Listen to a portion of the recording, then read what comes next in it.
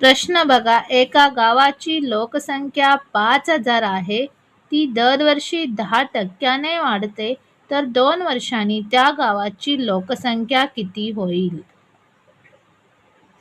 एका गावाची लोकसंख्या 5,000 आहे. 5,000 आहे असं इथे मांडा, त्यानंतर गुणिले चिन्ह. ती दरवर्षी 10% वाढते. म्हणजेच मित्रांनो 100मध्ये 10 वाढतात.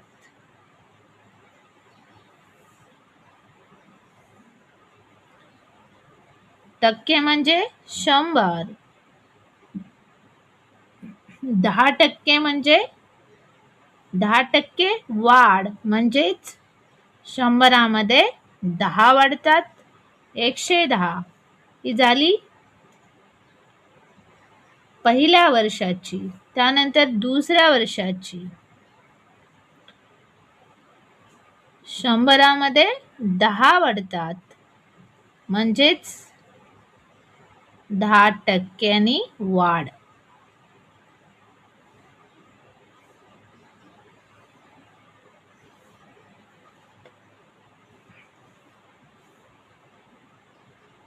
भाग देऊया.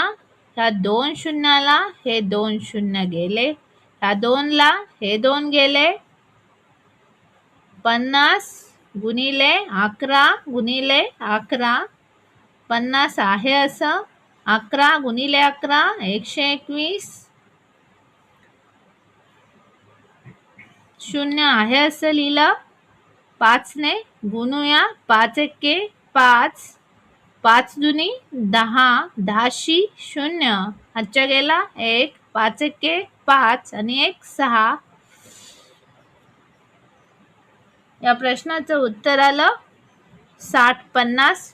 ऑप्शन क्रमांक 1.